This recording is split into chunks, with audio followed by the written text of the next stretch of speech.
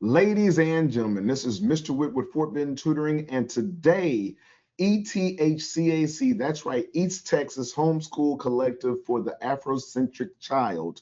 We're collaborating today to bring you a video on polynomial operations. That's right, we'll be going over the addition, the subtraction, multiplication, and division of polynomials. So here we go, guys. We have problem number one. And we have the quantity of 3x plus 5 plus the quantity of 2x minus 7. We're going to begin by recognizing that the parentheses here, yes, they're grouping the two expressions together, these two binomials together, where we're adding them, we're finding the sum. However, we don't necessarily need them. All right, so I think my first step is going to be to drop these parentheses. And you can do that anytime there's nothing on the outside of the parentheses that's trying to multiply within it. So I'm going to start off by rewriting this first problem as 3x plus 5 plus 2x minus 7, and that is just to remove the parentheses. That's where I'm going with this one. From here, I'm going to be grouping my like terms. So remember that like terms are terms that have the exact same variable with the exact same exponent on that variable. And so that means that I'll be combining the 3x and the 2x together. So combining those two terms, 3x plus 2x, you just add the coefficients together, the numbers in front of the variables, which will give us 5x. All right, and then we'll be combining our numbers together, the constants, this positive 5 and this negative 7, or you can look at it as negative 7 plus 5 or 5 minus 7, either way. Then you'll end up with negative 2. So I'll be writing down minus 2, and it is this result, this 5x minus 2, that is going to be our result for problem number one. We know it's the result of the problem. Why? Because the 5x and the negative 2 are unlike terms, so they can't be combined together. You can't subtract 2 from 5x because they don't have the same variable. All right, so just to let you know, guys, this worksheet right here that we're working on, you can pick up a copy of this worksheet from MamaGena. So feel free to email MamaGena at mamagena@easttexashomeschoolcollective.org to get a copy of it. Amen, amen. We're now moving on to problem number two. We're still adding polynomials here. This time we have the quantity of x squared plus 4x plus 1 plus the quantity of 3x squared minus 2x plus 6. Once again, I don't have any numbers on the outside of these parentheses, so I'm going to go ahead and rewrite it by showing that without parentheses, it's the same thing as having x squared plus 4x plus 1 plus 3x squared minus 2x plus 6. From here, we'll be combining our like terms. And once again, like terms are going to have the same variables with the exact same exponent on those variables. So that means that I have like terms when combining 1x squared with 3x squared. So 1 plus 3 will give me 4x squared. And then I can do the same when combining the 4x and the negative 2x here. So 4x minus 2x, subtract those coefficients, you'll end up with a positive 2x in this case. And then finally, we'll combine 1 plus 6 people, and that is going to give you a positive 7. So your result here is going to be 4x squared plus 2x plus 7. And here I will be putting a box around my answer, guys. That's right, red box in it, just like that. Okay, guys, now we're with number 3 with subtraction. So when we're subtracting these polynomials, these algebraic expressions here, there is going to be a difference between the addition. In the addition, we were able to just drop the parentheses. You won't necessarily be able to do that in this problem. Why? Because that minus sign also acts as -1 multiplying on that second set of parentheses. We're going to be rewriting this and also distributing this negative in front of that second set of parentheses. So I'll have 5x minus 3, then minus 2x minus 7. From here, I'll want to combine my like terms. So in doing so, I'm identifying that 5x and negative 2x are like terms. Why? Because they have the exact same variable with the exact same exponent on those variables. In this case, these variables are to the first power. All right, so that's why you don't see an exponent on them. So when subtracting these two terms, 5x minus 2x, that's going to give us 3x. And then combining -3 and -7, like signs add, and you'll keep the sign of the biggest number. So you'll end up with -10 as a result. And we're going to red box our answer here. Yes, we will. And that is going to be the result of problem number 3. All right.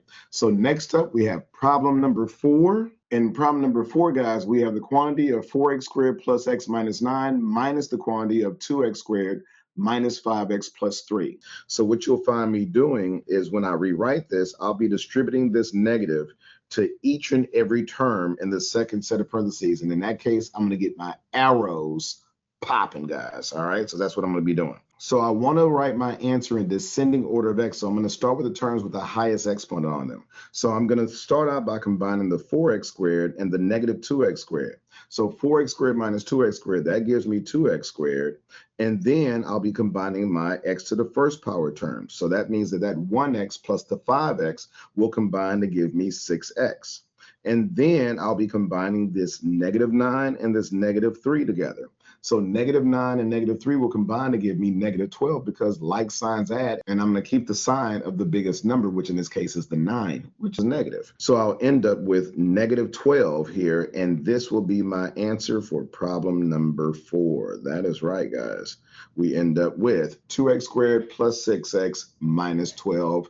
Done and done, just like that. When we're multiplying, notice that in this first problem, number 5, we have two binomials. We have 2 terms times 2 terms. So in order to multiply this together, we're going to be using the distributive property. We're going to be getting our arrows popping for sure, because I will be multiplying x times every term in the second set of parentheses, and then I'm going to come back and multiply 2 times every term in the second set of parentheses, just like that. So in carrying this out, and sometimes they'll call this the FOIL method, first, outer, inner, last, we'll end up with x times x, which is x squared, because we're adding the exponents on those variable x's there.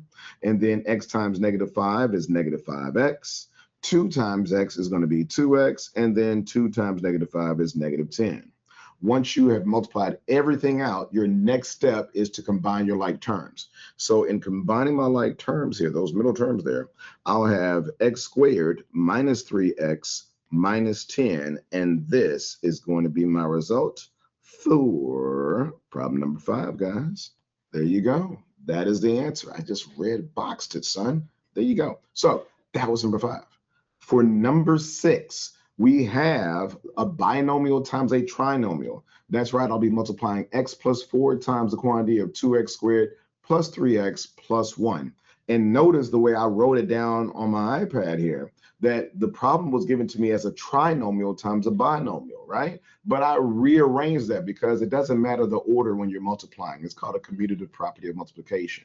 So just like 2 times 3 is the same result as 3 times 2, it doesn't matter the order. So by preference, I would rather multiply a binomial, meaning 2 terms, times a trinomial, meaning 3 terms, all right? So that's my preference. You don't have to do that step, but I like to do it that way. I'm going to start out by distributing the x times every term in the second set of parentheses, and then I'll come back and multiply everything by 4. Got my arrows popping, people, just to let you know. So here we're going to be multiplying x times 2x squared. That gives me 2x cubed. I'll then multiply x times 3x. That gives me 3x squared. And then I'll be multiplying x times 1, which is x. From here, people, we're multiplying every term in the second set of parentheses by 4. So 4 times 2x squared, that gives me 8x squared. Then 4 times 3x, that'll give me 12x. And then I'll have 4 times 1, which is 4. And then I'll be combining my like terms. So once I've done that, I'll be combining like terms and writing my answer in descending order of x. What does that mean? That means I'm going to start with the term with the highest exponent of x, right? And out of all the terms that you see here thus far, the term with the highest exponent on x is the 2x cubed. So that's the first term to write down. All right. Then I've noticed that with the x to the second power terms, I do have like terms there. So I'll be combining 3x squared and 8x squared. This is going to give me 11x squared. And then going after the x to the first power terms, we'll be combining x plus 12x, and that gives me 13x. And then finally, I'll be bringing down that constant of 4, and I end up with my result. Amen, amen. Just like that, guys. There we go, red boxed it, and that is the result for problem number 6. For our final operation for this video, we're going to be looking at dividing polynomials. So we start out with problem number 7, and I have the quantity of 6x squared plus 9x divided by 3x. Well, you want to keep in mind that as far as the functionality of this rational expression, this fraction that we're dealing with, there's no way that x could ever equal to 0. Why? Because you can't divide by 0. So we could even throw in a stipulation, guys, that x cannot equal to 0, because otherwise this rational expression would be undefined, all right? So if there was ever a situation where you had to plug in a value for x, that value of x cannot be 0, because it would make the whole problem undefined. That said, we're here to simplify this. We're here to divide this. We're here to find the quotient, guys. So one method of doing that is going to be to rewrite this as 6x squared divided by 3x plus 9x divided by 3x. So when I'm dividing by one term in the denominator, I do have this choice of separating the terms in the numerator separately over that common denominator of 3x. From here, I can simplify. How? I'll say that 3 goes into 6 twice, and then you subtract the exponents on the variable x. So notice that the variable x in the numerator has an exponent of 2. Well, in the denominator, we can say that that exponent in the denominator, because you don't see an exponent, is to the first power. So subtracting 2 minus the 1, you'll end up with x to the first power. And you don't have to write the 1 here. So we'll just write it as 2x. Then we'll say plus, you have 9x divided by 3x. The 9 divided by 3 is 3. And because those are the same exponents, when you subtract them, you end up with x to the 0 power, which means that the x's cancel out, all right? Another way to look at that is that it becomes 1, all right? And therefore, 1 times 3 is 3. But the bottom line, guys, is that is your result. This is the quotient of that problem. In other words, it's going to end up being a result of 2x plus 3. There you go. And that is the result of problem number 7. And recall, we still have that stipulation that x cannot equal to 0. So keep that in mind. Now, for problem number 8, I want to show you guys a totally different method of dividing, and that is called using long division in order to solve this problem. So just like we can do it with numbers, with digits, we're going to set up these polynomials and set it up in such a way that it's using long division. So the way that looks is like this. I'll take the denominator, that x plus 2, and that's going to be my divisor, and then the dividend will go underneath the division symbol as x squared plus 5x plus 6. And what I'm going to do from here is I'm going to focus on this first term right here, this x. I'm going to focus on that first term, and I'm going to see how many times x needs to be multiplied in order to get x squared. So what I've identified is that x times x is x squared. So I'm going to put that x on top. And then I'm going to distribute this x to all of the terms in the divisor. So x times x is x squared, and x times 2 is 2x. And just like when we're dividing using numbers, using digits, you'll need to change the sign after that step. So I'll be changing that x squared to a negative x squared, and I'll be changing that 2x to a negative 2x. And that is going to allow me to cancel out the x squareds. And 5x minus 2x is 3x. And then I'll bring down this next term here. So now I'm looking at this x going into 3x. So x times what gives me 3x? What did you say? Exactly. It's going to be 3 times. You got it. So 3 times x does give me 3x. And then distributing the 3 to the 2, 3 times 2 is 6. And then from there, we'll need to do what? Yes, you'll need to change the signs. That's exactly right.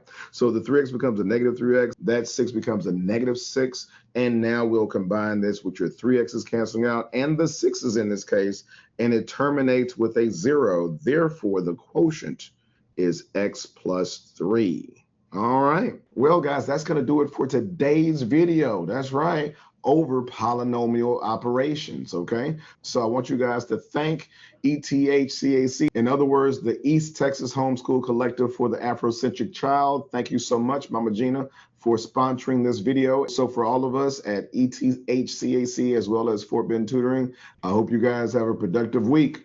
Peace.